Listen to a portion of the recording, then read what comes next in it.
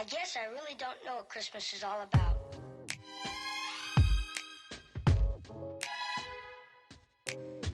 Mohammad Hatta, or commonly known as Bung Hatta, is the proclaimer of the Indonesian nation. Hatta is one of the best sons of the nation who has brought the Indonesian nation to independence.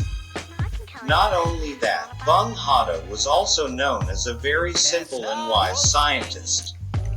The proclaimer was born in Bukit Tinggi on August 12, 1902, and is a descendant of a great scholar from his grandfather, Syed Abdurrahman. It is not surprising that since childhood Bung Hatta has been taught religious knowledge and educated as a figure who is known to be disciplined. Then on August 17, 1945, Hatta and Sukarno officially proclaimed Indonesia's independence on Jalan Pegangsaan Timur, Jakarta. After that, Bung Hatta was officially elected for the first time, becoming the Vice President of the Republic of Indonesia accompanying Sukarno. Even though he has passed away, Bung Hatta's services, thoughts, sacrifices, enthusiasm and struggles continue to be inspired by Indonesian children. Here are Bung Hatta's inspirational and meaningful words of wisdom. Democracy can be temporarily suppressed through its own fault, but after it has undergone a bitter trial, it will reappear with full conviction. Political developments that end in chaos, democracy that ends in anarchy pave the way for their opponents, dictators. What exactly is philosophy? It is better not to question it at the beginning of pursuing it. The road will be lost later because there are many variations and understandings. Each expert has a different opinion about what philosophy says. Every philosopher has a different purpose. Point 4. Culture cannot be maintained alone. We must try to change and advance it, because culture is a culture, as an object that grows, can be lost and can progress. We always cackle about socialism, but government acts on the opposite. Gasoline prices, for example, were raised 62 times at once, gas and electricity tariffs have soared 20 times, and rice prices have skyrocketed. In the long term, Indonesia lived in the shadow of feudalism. Sukarno's neo-feudalism is still worse and more vicious. He who lives in the world of thought can escape the distractions of everyday life. Dictators who depend on the authority of one person do not live long. For that reason, the system born by Sukarno would not last longer than Sukarno himself.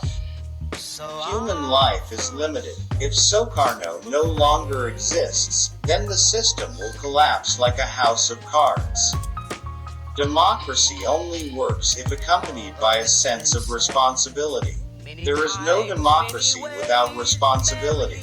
And democracy that crosses its boundaries and overflows into anarchy will meet its end and be temporarily replaced by dictators. There is only one country that deserves to be my country. It grows by action, and that deed is my deed. A true leader is a leader who is able to provide a replacement. In fact, we are at the beginning of a much heavier and more noble struggle, namely the struggle to achieve independence rather than all kinds of oppression. As long as with books, you can imprison me anywhere, because with books, I feel free. We can never sacrifice so much for those who are willing to sacrifice everything for us. Tens of our leaders who are huddled in miserable prison in exile in Buban Digil, with no hope of ever coming back. How many of the brothers still know their names? We can measure our existence towards God by our sensitivity to the suffering and distress of others. Many people changed course because of livelihood, privileged in the colonial lands where the spirit was too suppressed, but the holy leader was always the farthest from the devil's temptations. Courage doesn't mean not being afraid. Courage means conquering fear.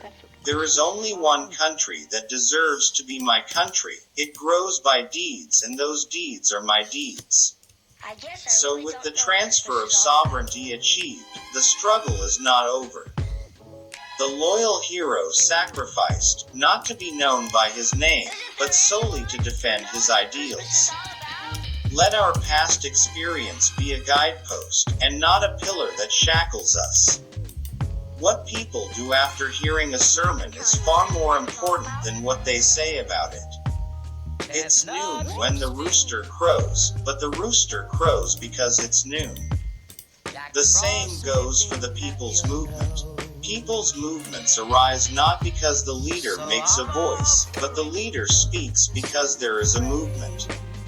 Servants of God who live in heaven must use smooth and polite language. Reading without pondering is like eating without being digested. True, many people changed course because of livelihood, privileged in the colonial lands where the spirit was too suppressed, but the holy leader was always the farthest from the devil's temptations. An independent Indonesia is not our ultimate goal. Indonesia's independence is only a requirement to be able to achieve the happiness and prosperity of the people. The loyal hero sacrificed, not to be known by his name, but solely to defend his ideals. What we do in this world, later everything will be accounted for through God's court.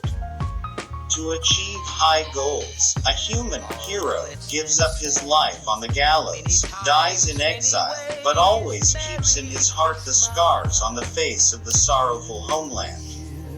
Less intelligent can be corrected by learning, less proficient can be eliminated by experience. But dishonesty is difficult to fix. In order to fill the stomach of the people, people's sovereignty needs to be upheld. The people are almost always hungry, not because of bad harvests or poor nature, but because the people are powerless. The German saying is true, Der Mensch ist, war ist, which means, a man's attitude is commensurate with the way he gets to eat.